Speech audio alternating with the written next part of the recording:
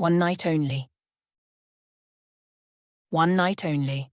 The farewell announcement.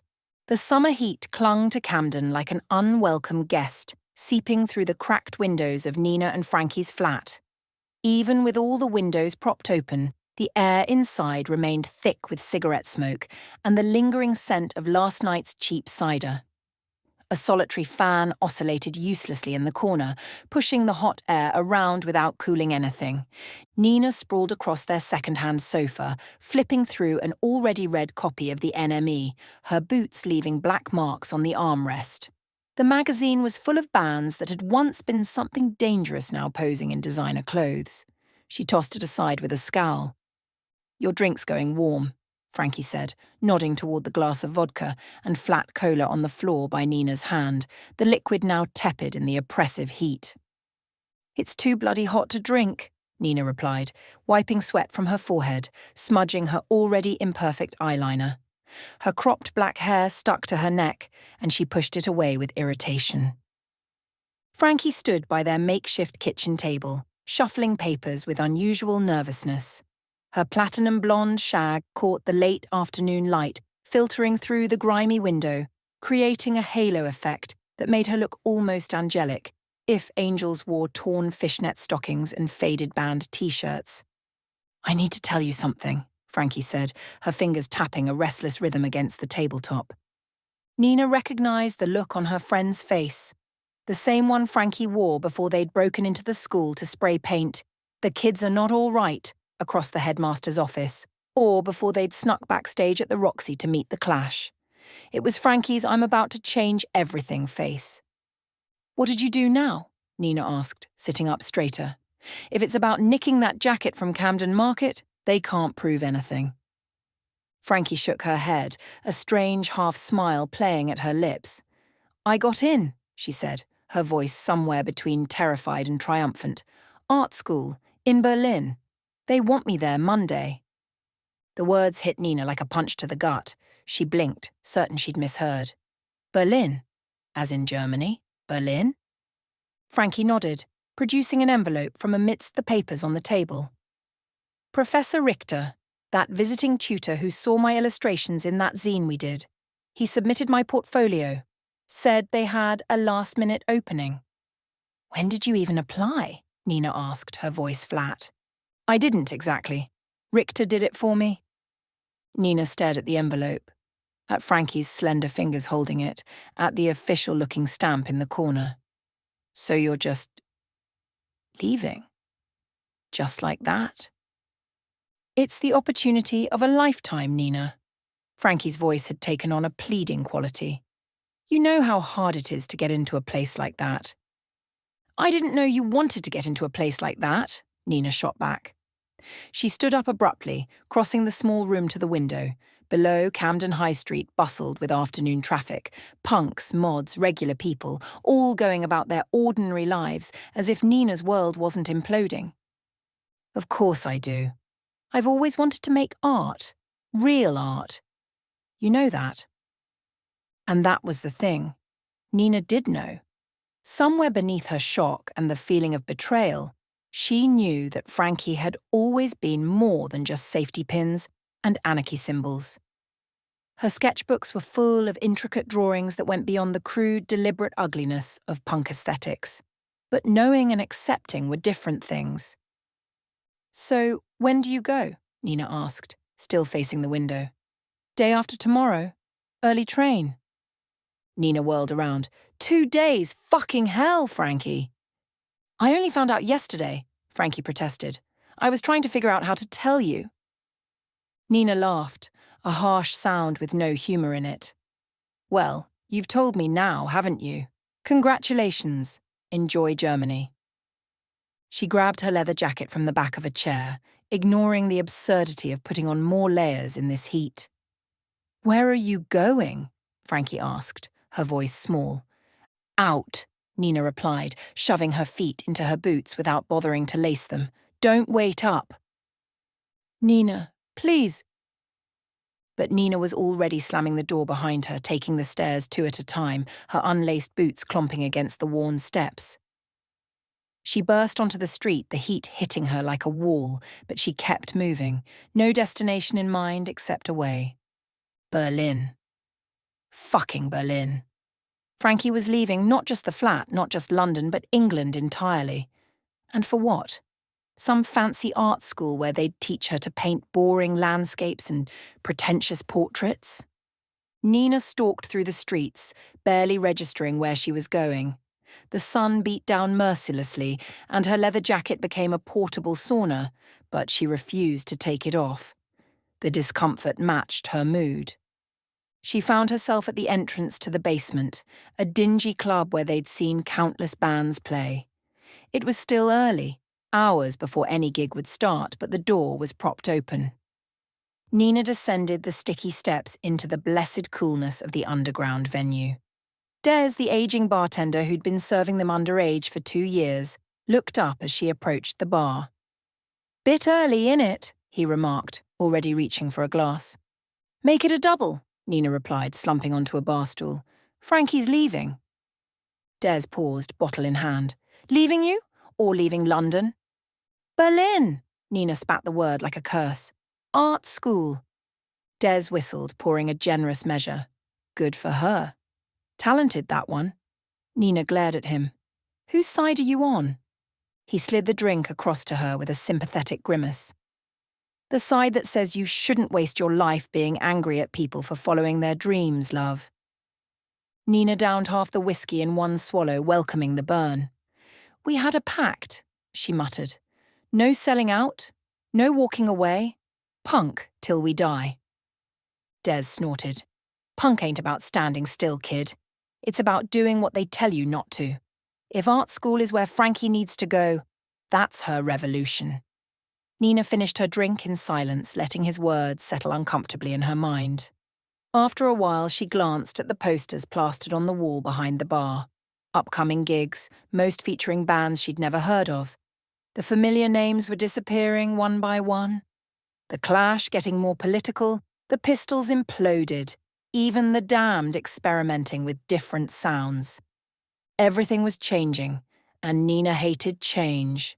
Change meant uncertainty, and uncertainty meant fear, and fear was the enemy of everything punk stood for. Or at least, that's what she told herself. She paid for her drink and walked back out into the heat, her steps slower now, more deliberate. By the time she reached their flat again, the sun was beginning to set, casting long shadows across the streets. Frankie was sitting cross-legged on the floor when Nina returned, surrounded by sketches and clothing. She looked up when Nina entered, her face cautious. "Still leaving, then?" Nina asked, leaning against the door frame. Frankie nodded. "Still leaving."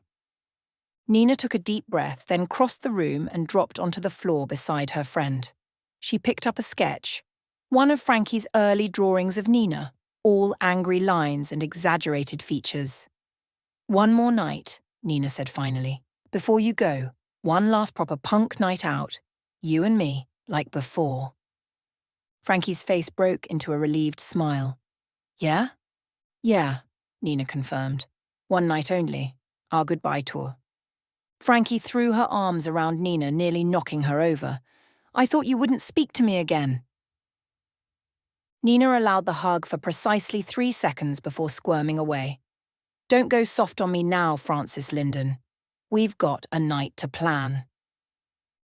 2. One more night. They set out just after sunset, when the heat had abated slightly but the pavement still radiated warmth through the soles of their boots. Nina wore her leather jacket despite the temperature, safety pins glinting along the lapels. Frankie had opted for her army green jacket, every inch of it covered in her own illustrations. Tiny scenes of London life, band logos, anarchist symbols. Before leaving the flat, Nina had pulled out a tattered denim vest from their shared wardrobe. "I've been saving this," she said, presenting it to Frankie, "for something special." Together, they'd painted "No Future" across the back in bold white letters, adding drips that looked like blood or tears, depending on how you tilted your head. "It's perfect," Frankie had declared, slipping it on over her t-shirt.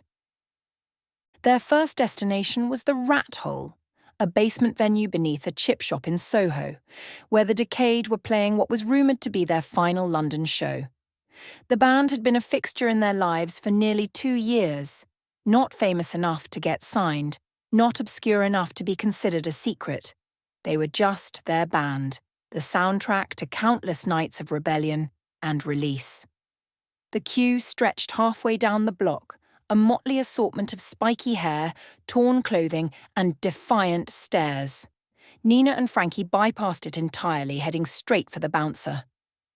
"All right, Jimmy," Nina greeted him with a nod. "2 of your finest standing spots, if you please." Jimmy, a mountain of a man with knuckles tattooed love and hate, grinned through his beard. "If it ain't the terrible twins. Heard you're off to foreign parts, Frankie." Frankie raised an eyebrow at Nina, who shrugged. "News travels." "Des called," Jimmy explained, unhooking the velvet rope. "Said to make sure you girls got in proper tonight."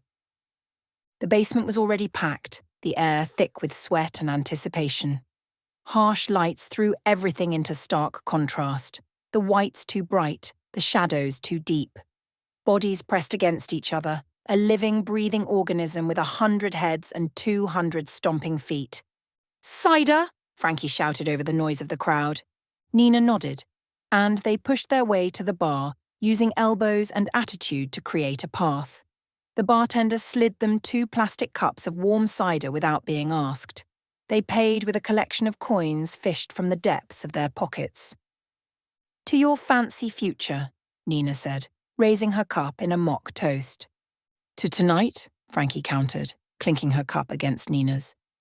They drank deeply, grimacing at the sickly sweetness, and then pushed their way closer to the stage. A familiar intro tape began to play. Warped sounds of news broadcasts about youth violence and unemployment overlaid with increasingly frantic beeps like a heart monitor flatlining.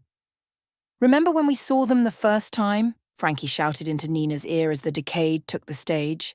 Nina did remember. It had been winter, and they'd both been soaked through from waiting in the rain. They'd been 16 and 17 respectively, using poorly forged IDs and bravado to get into places they shouldn't. That night, Frankie had sketched the band on a soggy beer mat, capturing the manic energy of the lead singer in a few perfect lines.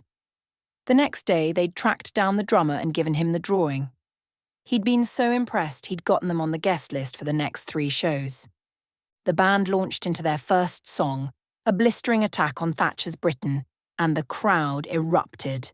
Nina and Frankie were swallowed by the surge of bodies, separated momentarily before finding each other again in the eye of the storm. They danced, if you could call it dancing, jumping and shoving and screaming every word. Nina felt the familiar rush, the pure adrenaline high of being part of something larger and louder than herself. "This is for everyone who ever told you to grow up, to get a job, to stop making noise," the singer screamed into the microphone, sweat flying from his mohawk. "This is for everyone who ever made you feel like you don't belong." The crowd roared its approval, and the band launched into Detention Blues, the song that had been playing on a tinny radio the first time Nina and Frankie had met. It had been 3 years ago, though it felt simultaneously like yesterday and a lifetime past. Nina, 15 and already a problem child according to her teachers, had been sent to detention for smoking behind the gym. She'd slouched into the classroom, expecting to find the usual suspects. The tough boys who thought pocket knives made them dangerous, the burnouts who couldn't be bothered to even pretend to care about algebra. Instead, there had been just one other student, a blonde girl Nina vaguely recognized from the year above, sitting at a desk with a sketchbook open in front of her. "What are you in for?" Nina had asked, dropping into a seat as far from the teacher's desk as possible. The girl, Frankie, though Nina didn't know her name yet, had looked up with a half smile.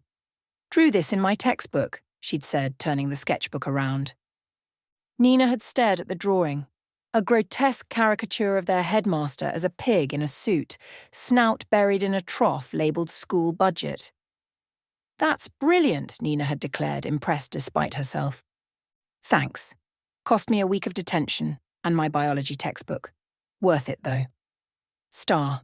The teacher supervising detention that day had been Mr. Phillips, an elderly man perpetually on the verge of retirement who mainly wanted to read his newspaper in peace.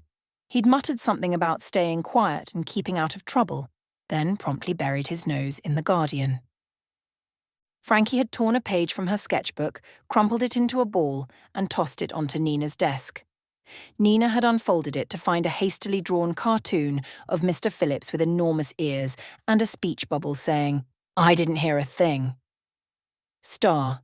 Nina had stifled a laugh, then scribbled on the back of the paper, "Bored, rescue me." She'd lobbed it back, and Frankie had read it with mock seriousness before writing her reply, "Riot at lunch tomorrow." They'd passed the paper back and forth for the entire hour, their plans growing increasingly elaborate and ridiculous. By the time detention ended, they'd plotted a full-scale rebellion involving the school cafeteria, 3 chickens, and all the fire extinguishers in the East Wing. The next day at lunch, they hadn't released chickens into the cafeteria as planned, but they had stolen a radio from the music room and blasted "God Save the Queen" at full volume while standing on a table. It had earned them another week of detention, together, and cemented a friendship that had defined them both ever since. The memory washed over Nina as she screamed the lyrics, her voice becoming one with Frankie's beside her. For a suspended moment, nothing had changed. They were still those girls, defiant, united, certain that their anger could change the world. Then the song ended, and reality came rushing back. Frankie was leaving. Tomorrow there would be no one to share these moments with, no one who understood exactly what each song meant, no one who'd been there from the beginning. "You all right?" Frankie shouted, noticing the shift in Nina's expression. Nina nodded, forcing a smile. Never better. They danced through the entire set, through encores and stage dives, and a brief fight that broke out near the back of the venue. By the time they stumbled back up the stairs and into the night air, they were drenched in sweat, their voices hoarse, their ears ringing with beautiful, necessary noise. "Where to next?" Frankie asked, pushing damp hair from her eyes. Nina consulted the mental map she kept of their London. Not the London of postcards and palaces, but their London of underground clubs, sympathetic shopkeepers, and walls perfect for graffiti. "Vinyl resting place," she decided. "Mikey said they got a shipment of imports yesterday. Then we can hit the lock for the late set. Rumour is Billy Chainsaw might show up." "Lead the way," Frankie said, looping her arm through Nina's. They walked through Soho, past strip clubs and late-night cafes, their steps synchronized from years of walking side by side. The night air had cooled slightly, though the pavement still radiated the day's heat. "Remember when we tried to form a band?" Frankie asked suddenly, laughing at the memory. Nina groaned. "God, we were terrible. What did we call ourselves again?" "The Unattended," Frankie replied. "Because of that sign in the tube station, unattended packages will be destroyed." "Right. Christ, we couldn't play for shit." "You weren't that bad on guitar," Frankie said generously. "I knew 3 chords and one of them was wrong." "Still more than most of these bands know," Frankie pointed out, "and I couldn't sing to save my life." "But you looked good doing it," Nina said. "That's half the battle."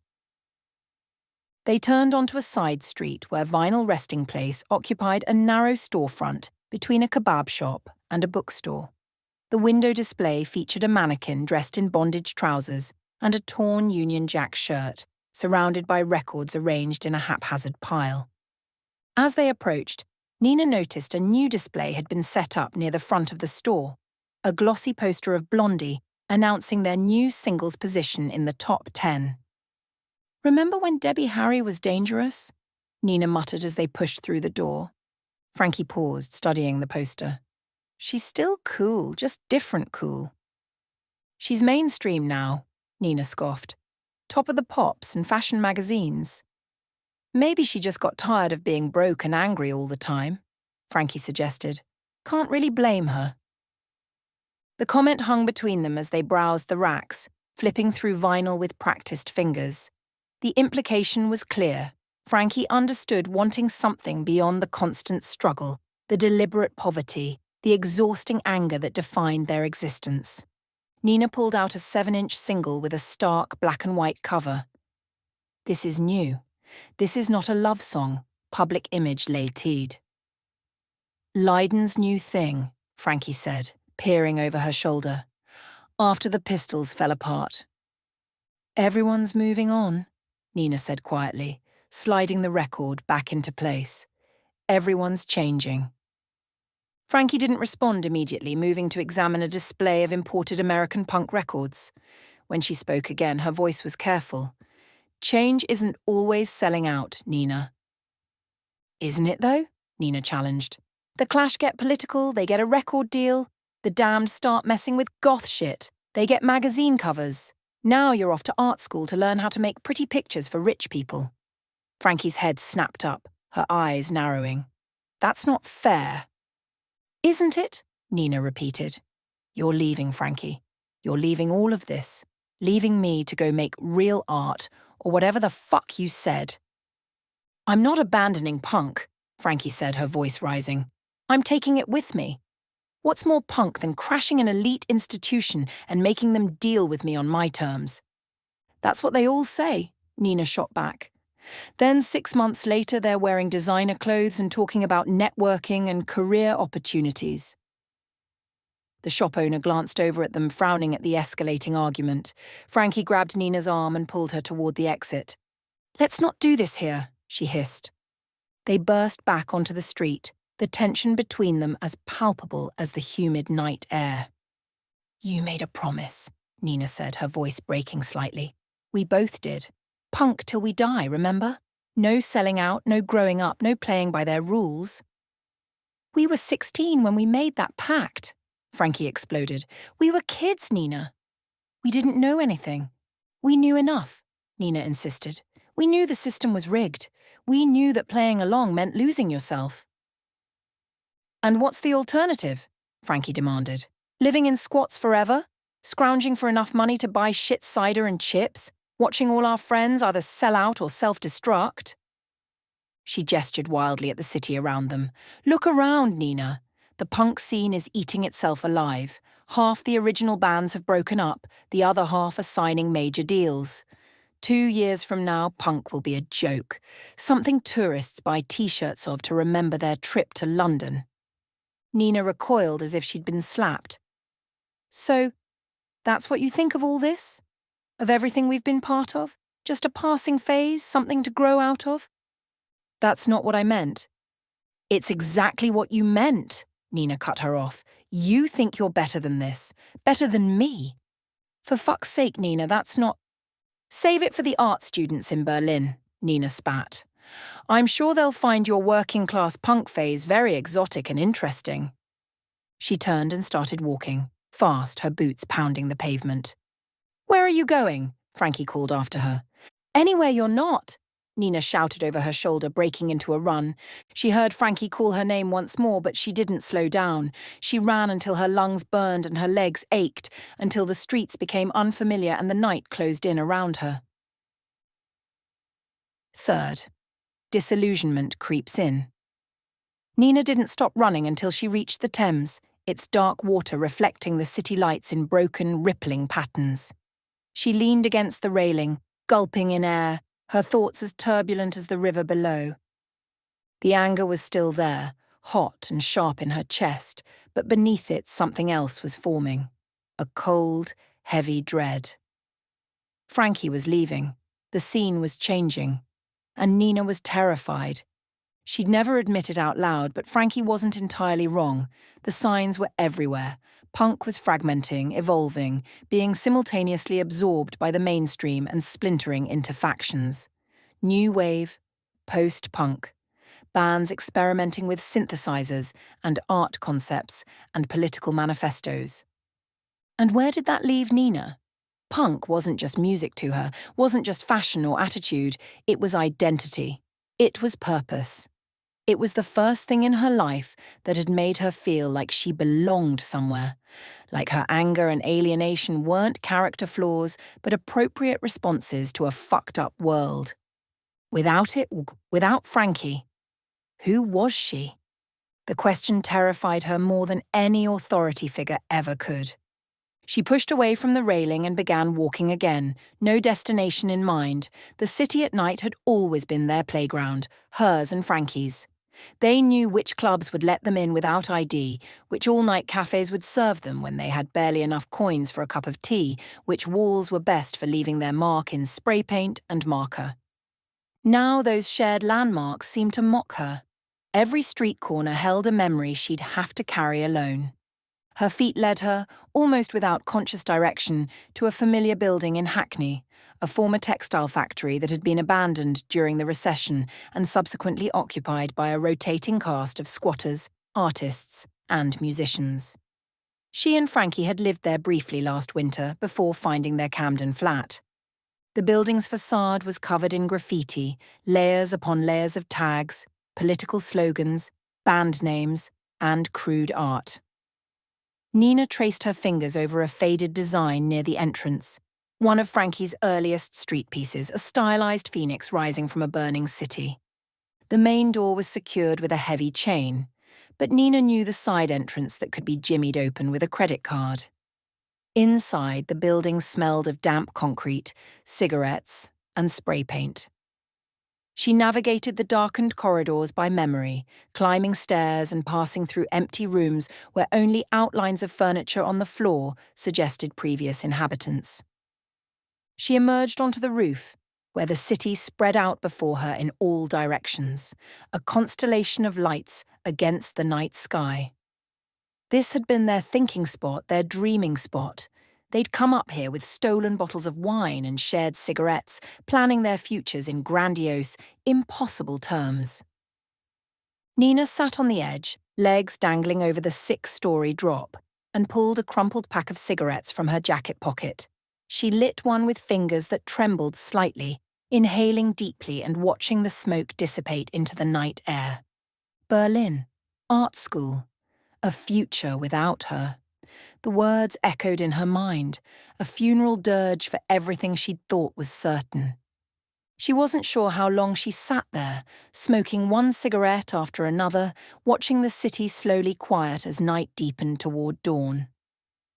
The sky was beginning to lighten, a faint greyish glow on the eastern horizon, when she heard footsteps behind her. She didn't need to turn around to know who it was. "How'd you find me?" she asked, her voice hoarse from smoking and silence. "Checked all our usual spots," Frankie replied, stepping carefully across the uneven rooftop. "This was my last guess." She sat down beside Nina, close but not touching, and held out a paper bag. "Brought peace offerings, tea and biscuits." Nina accepted the bag wordlessly, pulling out a paper cup of tea that was still warm. She took a sip. Milk, no sugar, exactly how she liked it. "I'm still mad at you," she said after a moment. "I know," Frankie nodded. "You have every right to be." They sat in silence, watching the sky gradually lighten. The city below began to stir. Early workers heading to jobs, night shift employees trudging home, delivery trucks making their rounds. "I'm scared," Nina admitted finally, the words so quiet they were almost lost in the pre-dawn breeze. Frankie turned to look at her, waiting. "I'm scared that punk is dying," Nina continued, staring straight ahead. "I'm scared that everything we believed in was just a phase, like our parents said. I'm scared of what happens next. And I'm terrified of doing it without you." The last words caught in her throat, almost a sob. Frankie sighed, a long exhale that seemed to carry the weight of everything unsaid between them. "I'm scared, too. Of leaving. Of failing. Of finding out I'm not actually good enough. Of losing you." She reached out tentatively, her fingers brushing against Nina's. When Nina didn't pull away, she took her hand properly, their fingers interlacing. "But I'm more scared of staying still," Frankie continued, "of waking up 10 years from now and realizing I never tried to be anything more than angry." Nina looked down at their joined hands. "I don't know how to be anything else," she confessed. "Angry is all I've got." "That's not true," Frankie said firmly.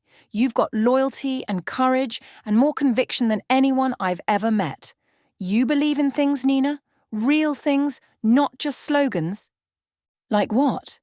Like standing up for people who can't stand up for themselves. Like making noise when everyone tells you to be quiet. Like finding beauty in broken things. Nina snorted. Now you sound like a greeting card. Piss off, Frankie replied without heat. I'm trying to be profound here. Despite herself, Nina smiled. Then the smile faded as reality reasserted itself. You're still leaving. I am, Frankie confirmed. But not because I want to leave you, because I need to find out who I am beyond all this. She gestured vaguely, encompassing the city, the scene, their shared history. Don't you ever wonder about that? Who you might be if you let yourself grow? Nina had wondered, in moments of late-night honesty she rarely admitted even to herself. But growth meant change, and change meant uncertainty, and uncertainty was terrifying. What if who I really am is disappointing? She asked, voicing her deepest fear. Frankie squeezed her hand. Not possible. You're Nina fucking Kemp. You've never been disappointing a day in your life. The sky was definitely brightening now, the first true rays of sunlight cresting the horizon. It would be another scorching day, but for now the air was cool and clear. I'm not going to hug you and cry and tell you everything will be fine, Frankie said, because I know you'd hate that. Damned right, Nina muttered. But I am going to tell you that you're my best friend, and that's not changing just because I'm going to Berlin. And I am going to remind you that we survived before we met each other, and we'll survive being apart. Nina knew Frankie was right, logically, but logic had little to do with the ache in her chest at the thought of tomorrow, and the day after, and all the days that would follow without Frankie by her side. What am I supposed to do without you? She asked, her voice small. Whatever you want, Frankie replied simply. That's the point. You can do anything, Nina. You can keep going to gigs and fighting the good fight. You can find a new scene. You can start a band that doesn't suck. You can burn it all down and start over. It's your life. Nina considered this, turning the possibilities over in her mind. She'd been so fixated on what she was losing that she hadn't considered what she might find. The thought was simultaneously terrifying and exhilarating. I need you to promise me something, she said eventually. What? Don't become boring. Don't let them make you normal. Frankie laughed. Have you met me? Normal isn't in my vocabulary. I mean it, Nina insisted. Art school has a way of beating the weird out of people, of making everything conceptual and sterile. I promise, Frankie said solemnly, I'll stay weird and messy and true. And in return, you have to promise me something. What? Don't get stuck. Don't use punk as an excuse to never change, never grow. Frankie's eyes were intense in the growing light. Being Nina Kemp, punk rocker, is brilliant, but it's not all you can be. The words settled between them, a challenge and a gift. Nina nodded slowly, accepting both. They sat in companionable silence as the sun rose fully, painting the city in gold. Below, London was waking up, unaware of the small drama playing out on a rooftop in Hackney, unaware that something was ending and something else beginning. 4. The turning point, the rooftop. Do you remember the first time we came up here? Frankie asked, breaking the silence. Nina nodded. After that squat party where you punched that bloke for trying to grope me. Your knight in shining leather, Frankie grinned. My hand hurt for a week. Worth it, though. The look on his face. We sat up here until sunrise, Frankie recalled, talking about how we were going to change everything, start a revolution. We were so sure, Nina said softly. We still could be, Frankie suggested. Just maybe not in the way we thought. Nina looked at her questioningly. Revolution doesn't have to mean throwing bricks through windows, Frankie explained. Sometimes it can be quieter, making art that changes how people see the world, creating spaces where misfits feel welcome, finding new ways to live that aren't about consumption and competition. Nina considered this. It wasn't how she'd always thought about fighting the system, but there was truth in it. When did you get so philosophical? Probably around the time you taught me how to rewire a guitar amp without electrocuting myself, Frankie replied with a smile. We've always been teaching each other things. The sun was fully up now, the day already beginning to heat up. They should have been exhausted after their night out, after the emotional storm of their fight, but Nina felt strangely energized, as if something had been resolved within her. So what happens now? She asked. You go to Berlin, and I… What? Wait for postcards? Letters, Frankie corrected. Long, detailed letters with drawings in the margins, and you write back, telling me about all the bands I'm missing and the new squats and whether that cute bartender at the cellar ever noticed you exist. He's noticed, Nina said with a hint of smugness. He gave me his number last week. And you didn't tell me? Frankie exclaimed. Some friend you are. I was going to, Nina shrugged.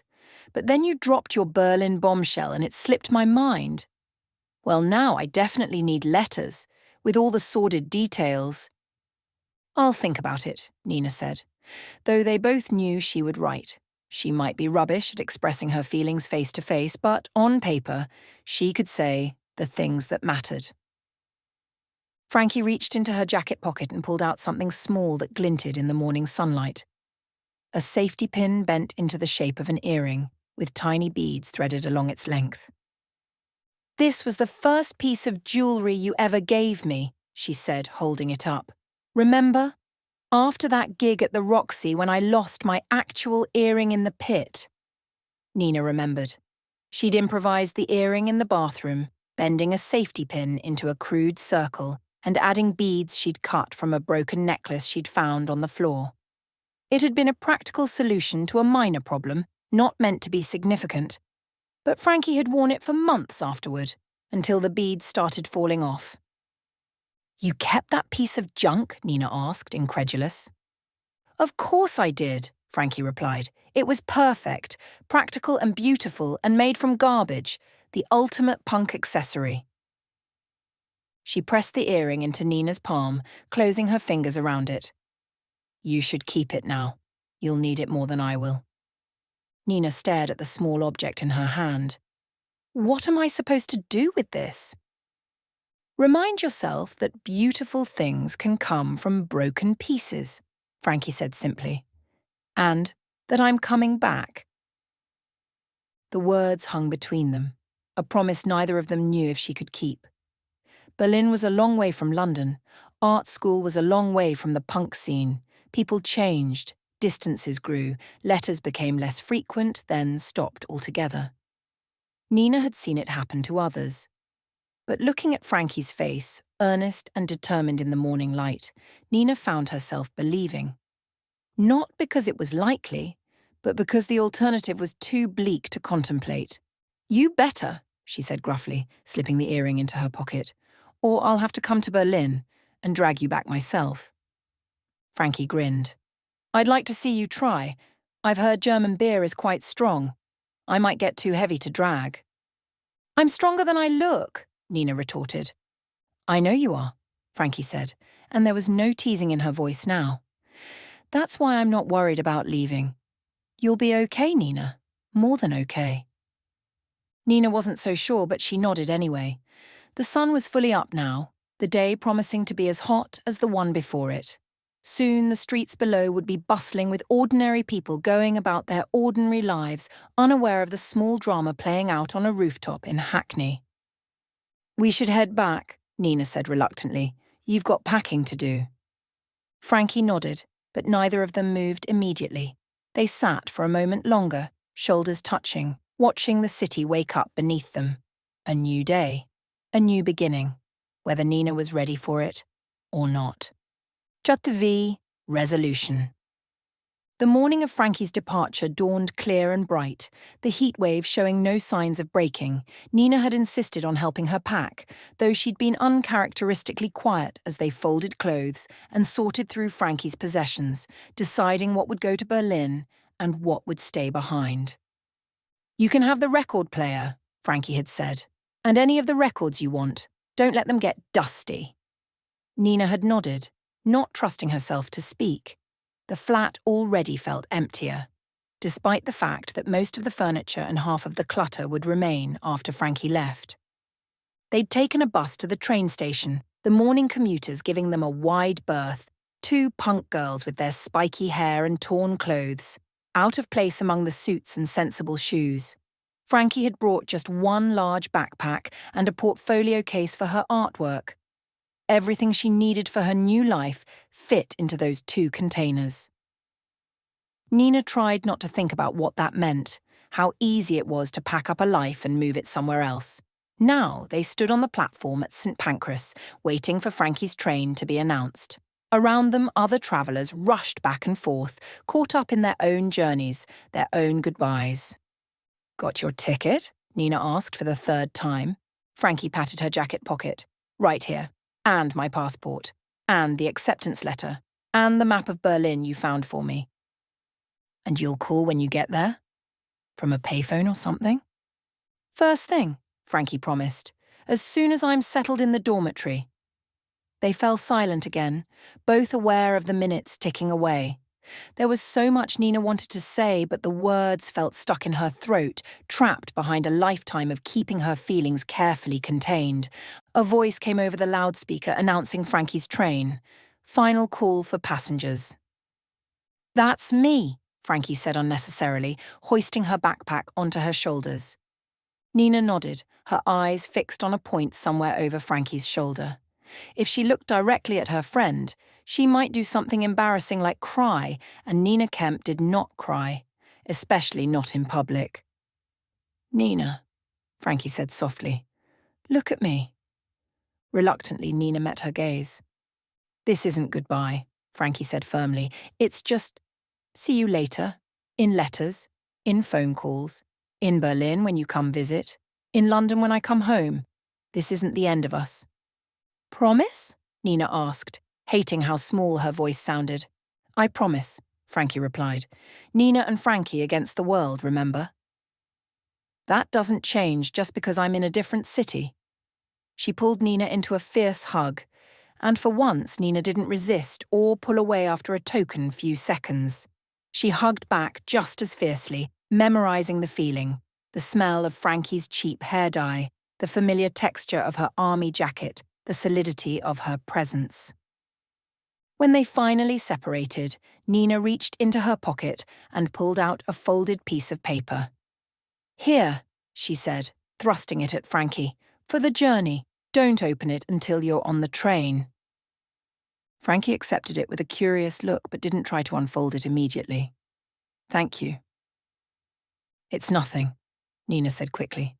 "Just something to remember." The final whistle blew. Frankie hesitated for a second longer, then leaned in and kissed Nina's cheek. A swift, unexpected gesture that left a smudge of red lipstick behind. "See you soon, Nina Kemp," she said. And then she was walking away, joining the last few passengers boarding the train. Nina stood frozen on the platform, one hand absently touching the spot where Frankie's lips had been. She watched as Frankie found a window seat, waving when she spotted Nina still standing there. The train began to move slowly at first, then gathering speed.